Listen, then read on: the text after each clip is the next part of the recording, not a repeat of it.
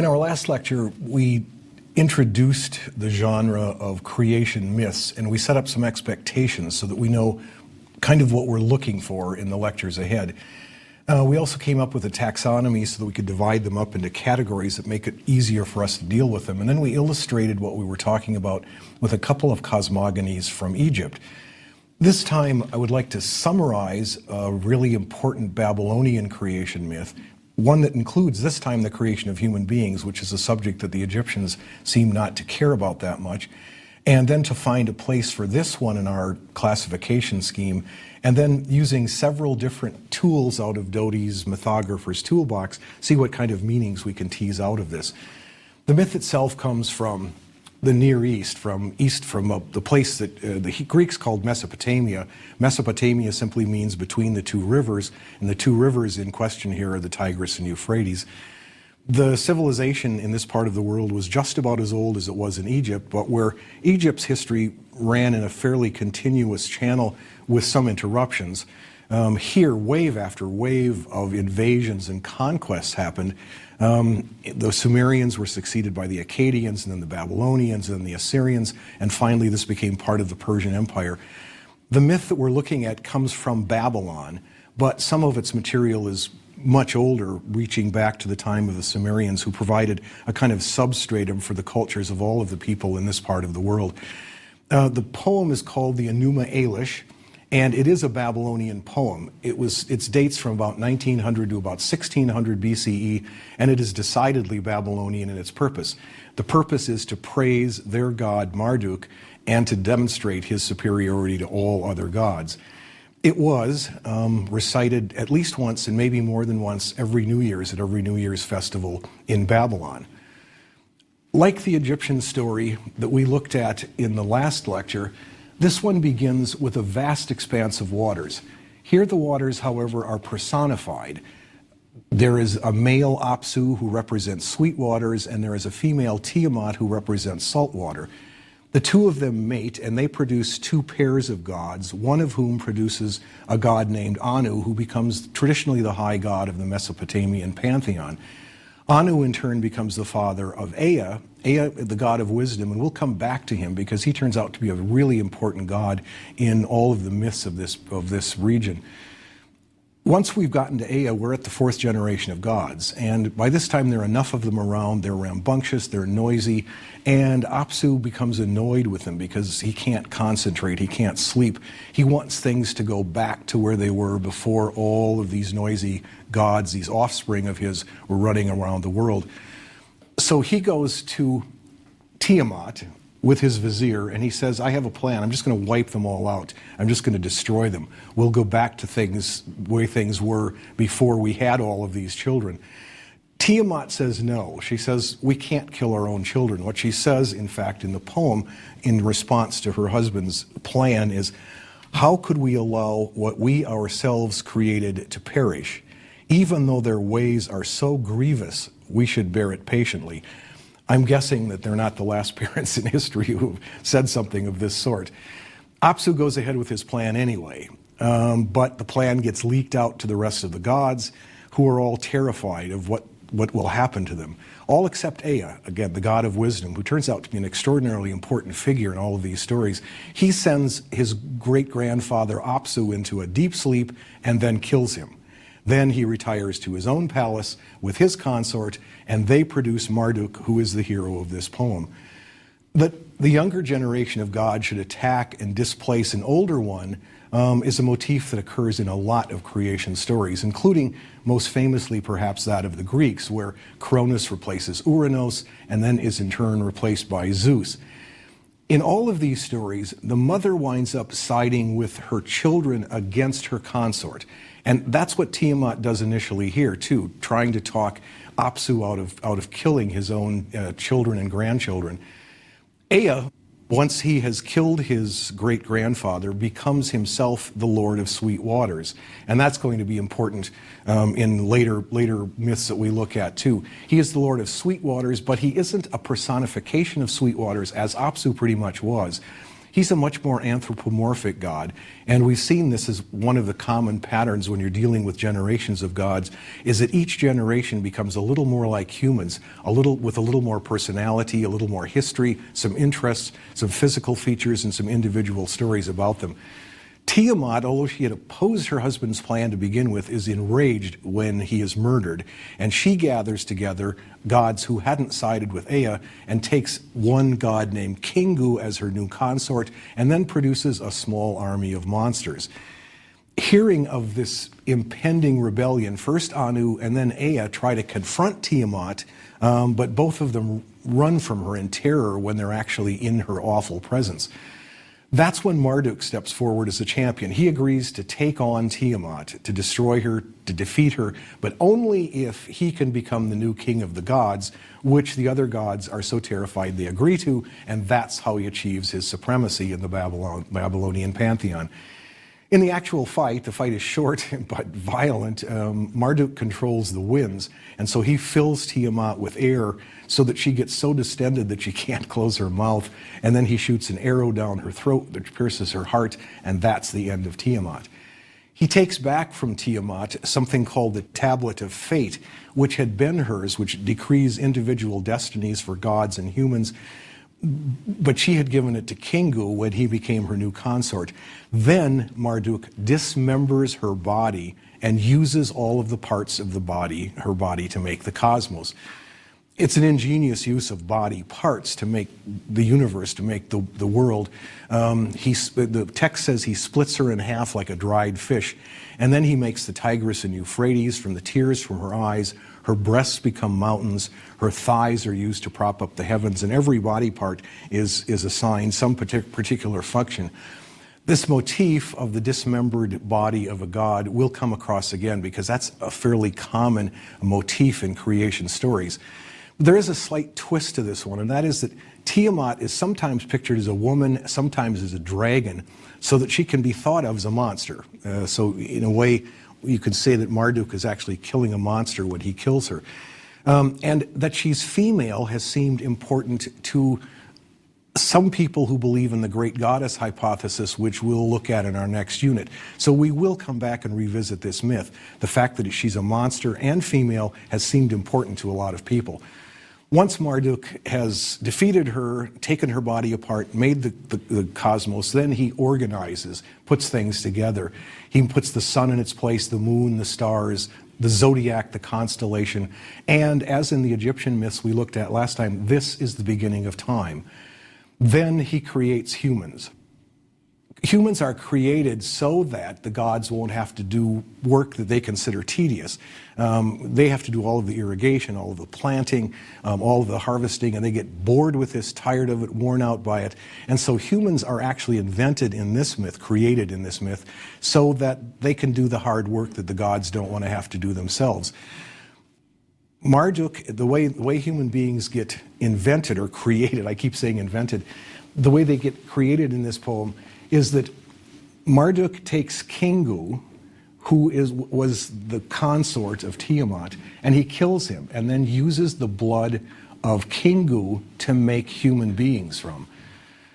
This has seemed important to some people. It's an interesting detail anyway, that we should have been made out of the blood of a rebel against the gods. In some cases, some people have speculated that this maybe accounts for why we have to die, that we are made, after all, from a rebel, the blood of a rebel who had to be killed in order to create us. Other people have suggested a tiniest hint here of some kind of congenital flaw that gets passed down from generation to generation. The idea that somehow we start out with rebel blood in our veins has made us in some ways rebellious ourselves, or at least potentially rebellious, something that we carry on from one generation to the next. Anyway, whatever else we think about this story, we do know that humans were created for servitude and for death. That's very clear in this story. And the afterlife, as far as the Babylonians are concerned, was a really terrible place. There was no afterlife to look forward to. It's pretty awful, as it's described, as we'll come across it in Lecture 22 when we're talking about Gilgamesh. It's a bodiless, shadowy kind of existence in which one lives like a bat and eats dirt. Every man and woman, that is, and this is a really ambiguous kind of legacy that we get from our creation stories, every man and woman has a destiny from the Tablet of Fate. This is that one that Marduk takes from Kingu. So that as long as our destiny is written in this Tablet of Fate, we have some part to play in a divine plan. We're important. But it also is true that when we wear out, we get thrown onto the dustbin, and there is no exit from that. That life after death is nothing to look forward to. What it suggests, among other things, is that for the Babylonians, life was always hard work, and it always has an unhappy ending. David McYagan, in a book called Creation Myths, says that the word that is used for each body part of Tiamat that's taken to make the cosmos, that word is called kubu. And the kubu is each individual body part that goes into making the cosmos. But he says it's interesting that that same word kubu is used for a fetus in the womb and for metallic ore in the ground. And he says the point here is that every single thing that humans achieve is going to be won with hard work and pain. As the cosmos is created out of the body of a murdered goddess, so childbearing or digging up metals from the ground will all be hard work. And there's a suggestion in this story that there are no free gifts for human beings, even if we are written in the Tablet of Fate. If we use our classification system that we introduced last time, we can see that this is pretty much a separation of world parents myth. Apsu and Tiamat want things to stay the way they were in a kind of stasis, a kind of passivity, a kind of inertness. Their children upset this, they upset this unchanging reality by wanting to do things, by making noise, by upsetting their parents. And so what the children cause their parents to separate. The myths of this sort usually tell us that the children want light, they're seeking for light, and that's why they separate their parents. This myth doesn't quite say that, but the fact that Marduk should immediately create the sun immediately after he kills Tiamat suggests that this may be a motive in this story too. Anyway, it's always the children who cause the separation, and it's that is what initiates change and time and everything implied by life lived away from the parents and that initial inertia. The new source of life after the separation is the sun, which in many myths becomes what mythographers call a fecundator, the male agent of creation. The female Earth, with a new consort, continues to be fertile and to procreate, especially since, as in this myth, the whole cosmos is actually created out of her body. She's still there. She's still productive. She's still fertile. This occurs, there are parallels in a lot of other myths to suggest how the sun becomes this agent of procreation once the sky moves far away. There's a Hopi Indian myth in which men and women couldn't get along and they were put on opposite sides of a river. And one day, one of the young women exposes her vulva to the sun, and the sun's rays engender in her two twins which continue the process of creation. We can see how the sun immediately picks up this sort of fecundator or fertilizing role. So even when the genders are separated and Father Sky is either pushed far away or castrated as he is in Greek stories or killed as he is in this one, the sun becomes the fertilizing agent so that life can go on. These myths always start with masculine and feminine in such harmony that nothing can ever happen.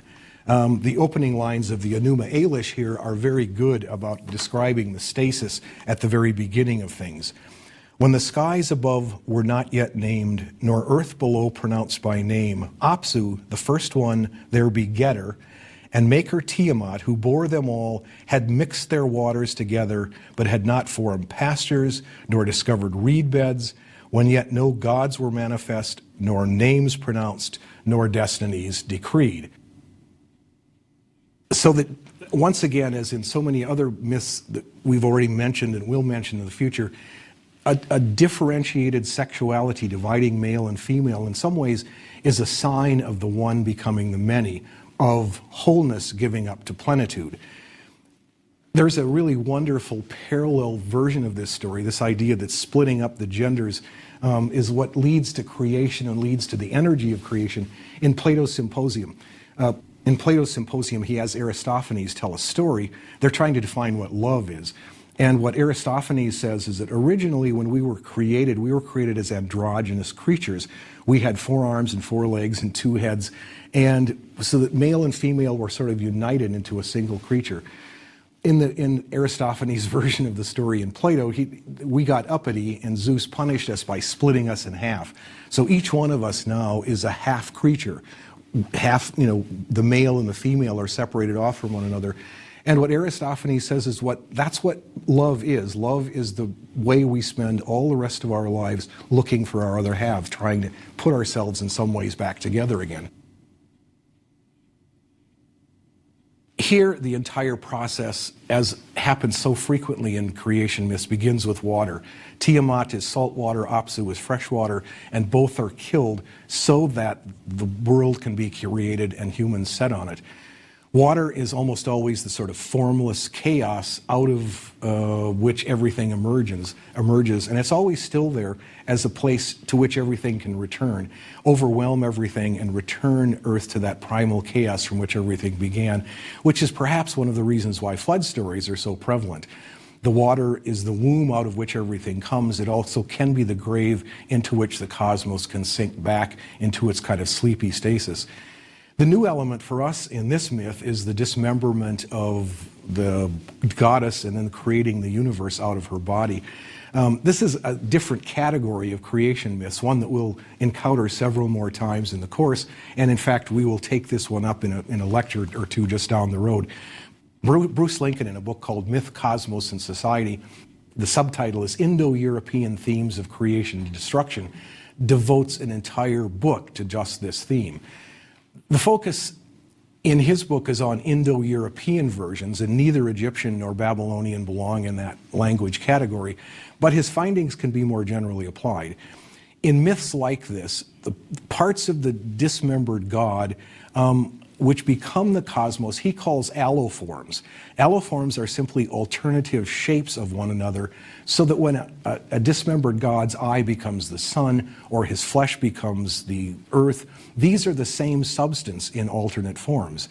And in the myths, these two forms are always alternating with one another in a continuous process, so that the one is always being changed into the other. In this kind of myth, the body of the primeval creature becomes the material from which the cosmos is created. And then the physical cosmos provides the materials for the creation of human beings. In many stories, humans are made typically from clay, which came from the body of the dismembered primal being in the first place. So the first part of this story is always one of dismemberment. The second part is a kind of reconstruction story, putting the elements back together to make the human body. The same materials are used in both, but the process passes it back and forth between the microcosm, that is the individual human body, and the macrocosm, which is the cosmos. So whenever the individual created body is destroyed, the cosmos is created, and whenever the body is created, the cosmos is destroyed. History is the passing back and forth between these two poles. You can see this, one of Lincoln's examples, the example of breathing. Every time I breathe out, I exhale, I take breath and it becomes wind. Every time I inhale, wind becomes breath. And as we said, wind and breath are so often in early languages the same word that we understand how that reciprocal relationship works. We still have some leftovers of this in our own language. We have, so that we use wind and breath kind of interchangeably with one another. We say that not a breath was stirring. We say we can get our second wind, we can get winded, we can break a horse's wind, which suggests that even our language carries the memories of a time when breath and wind were considered to be alloforms of one another and could change back and forth the one to the other. This is a kind of ultimate wisdom of this kind of creation myth, that the universe becomes the material stuff out of which you and I are created, and when we die, we revert back to original stuff. Matter is eternal in this kind of myth.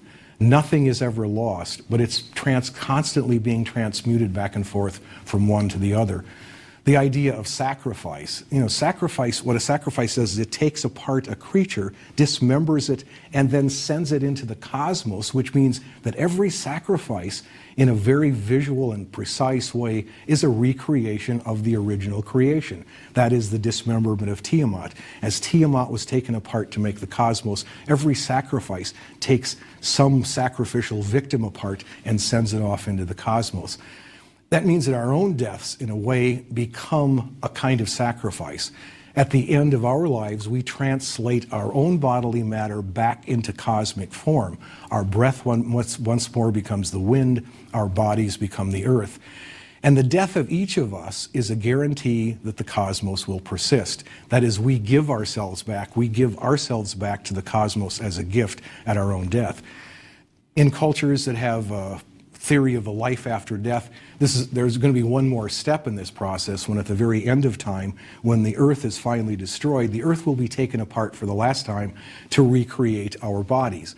So that there is some really profound wisdom in this whole idea of the dismembered God, and we will have a chance to explore this in a little more detail in some lectures ahead.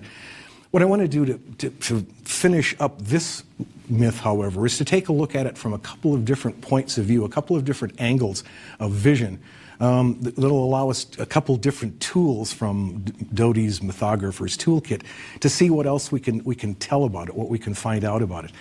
I want to begin with a book by Theodor Gaster called Thespis, Ritual, Myth, and Drama in the Ancient Near East. Gaster argues for a very precise connection between ritual and myth. According to Gaster, myth is simply an explanation for ritual. Ritual is simply the enactment of myth. This at one time in the 19th century was a very, very important way of dealing with myth. And Gaster thinks it's still important enough if we understand that it's only one tool in the mythographer's toolkit. It isn't the entire toolkit itself. For Gaster, it's really important to remember that this myth, the myth of the Enuma Elish, was always read and maybe even enacted at the New Year's festival in Babylon. He understands this myth. He says what the myth is, it's a vegetative myth. It's one of those myths that was performed regularly by agricultural people as a way of guaranteeing the fertility of the soil, of getting a lease on agriculture for another year. And usually these things were celebrated at the solstices or at the equinoxes, and the point was to renew the annual lease on life, to guarantee crops for the coming year. The king, according to this myth, would be either literally killed. Sir James Fraser in his Golden Bough has a lot of examples of this. The king would actually be literally killed, or he would be ritually killed. That is, stripped of all of his regalia, sent through a kind of penance and then a reinvigoration process, and then reintroduced, restored as a virile young king. We'll get more of this and more detail about this in our unit on gods and goddesses. The event, according to Gaster, is always preceded by a period of fasting. The temple is ceremonially purged. A scapegoat figure is beaten and driven out to bear away the sins of the community. And then there's a ritual combat between Marduk and Tiamat, and then the king is reinvested and he takes part in a sacred marriage. The king stands in for Marduk, a priestess stands in for his consort, and their mating assures fertility for another year. The Enuma Elish, as we said, was read at least once and perhaps several times, creating, as Eliade would say, an axis mundi. This is one of those places where reciting that creation myth invokes the powers of creation and brings them to bear on the need for agricultural fertility for the coming year. Then, at the very end of the festival, there was going to be a great feast to which the gods were invited and to which they were assumed to attend, even though people couldn't really see them when they were in attendance. This festival, with all of its elements, all of the things that go together, including the overthrow, the story of the overthrow of Marduk, or of Tiamat by Marduk, his assumption of sovereignty, his establishment of cosmic order, the creation of human beings, the celebration of a new order for a new year, and each year the reestablishment of a vigorous young king who would lead them All of these things bring us back and reconnect us with the powers of creation, and thus guarantee, insofar as it's possible for us to guarantee, success and fertility for a coming year. There's a very different kind of reading. If we take out our psychological kit or tool from our toolkit, there's a very different reading that was done by a woman named Marie-Louise von Franz in a book called Patterns of Creativity Mirrored in Creation Myths. She very definitely is using Doty's psychological tool from his toolbox. Von Franz was a student of Carl Jung, and so for her, myths are really not about supernatural beings. They're not necessarily even about the cosmos out there. Rather, with Jung, she sees all myths as in some ways related to the inner cosmos, that is, the inner parts of ourselves. She sees this myth in particular as a story about the relationship between the conscious and the unconscious as it's understood by Jung. So for her, the figures, the events, all of these things that occur in a myth are not necessarily about things out there, they are rather about things in here. Here, she says, in this story what we have is we have a mother goddess who is killed and the cosmos is created out of her corpse. What von Franz says is, in Jungian terms, Tiamat represents something like the unconscious, that kind of infantile, instinctual bag of impulses that we all start out with. She has to be destroyed, von Franz said, so that adult consciousness can develop. As infants, we're full of conflicting impulses, which von Franz sees as represented or reflected in the many myths about gods who fight against each other. As we grow up, we have to develop an ego consciousness or a conscious ego to serve as a kind of central impulse for all of these impulses. And then that central office can make decisions about which impulses to observe, which to honor, and which to suppress. But in the process of creating this central consciousness, this conscious ego, this central office for ourselves, in that process, what gets destroyed are our instinctual impulses. It's why for her, Tiamat has to be a primitive creature, a monster, a dragon, suggesting the primitive nature of all of these instincts that have to be destroyed. To illustrate her point, she tells a Chinese myth from the Zhuangzi, the Taoist book. And the myth is about the master of the southern seas and the master of the northern seas, who always meet at a neutral place called Huan Tun, which is sometimes translated as chaos, but which she translates as the unconscious, because she's reading this as a story of the inner journey, not an outer one. Huan Tun has no senses.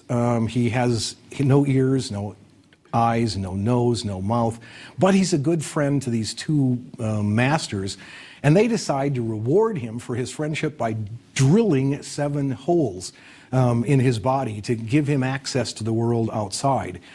They drill 1 new hole each day, but when they start drilling the 7th one, he dies. And von Franz says, insofar as he represents the unconscious, he can't survive into consciousness. That is, you can't create something new without killing something old. Here, coming to consciousness has to kill the old preconscious, instinctual, infantile self. Coming to consciousness is, of course, in many ways a great advance over the kind of unified instinctual life that we may have led as infants or in prenatal existence. But it can't be created without killing Huan Tun. That preconscious life is perhaps something like what we lived in the womb. In the myth we've been considering, it's symbolized by that eternal union of sky and earth. When nothing happens, nothing changes. For Jung, and for von Franz here in her reading of this myth, what's lost, what gets destroyed in Huan Tun doesn't disappear, it's simply repressed into the unconscious. As in this myth, the world that we live on is still the body of Tiamat. For Jungians, the point of the whole second half of life is to make contact with those buried parts of ourselves, to reconnect with them, to get back in touch with them. In a way, this is the kind of reading, the psychological reading, is the kind of reading that we did with our alligators in the sewer urban myth in our very first lecture, in which we read the sewers, or said that sewers could be read not as literal sewers, but as the maze of the unconscious that we have inside ourselves. We'll get to do a lot more Jungian readings and to read more, understand the ways in which for Jungians, myths are always about the unconscious and the conscious life, the inner life rather than the outer life, especially in our unit on heroes. And we will come back to the Enuma Elish later in the course in our second unit on gods and goddesses. In our next lecture, we will change over to what is, for us anyway, in our world, is probably the most famous creation myth of all. That is the myth from Genesis about Adam and Eve. We will add it to our list of creation myths that we have, again, do some comparison and contrast, and see what kind of meanings we can tease out of it. That's next time.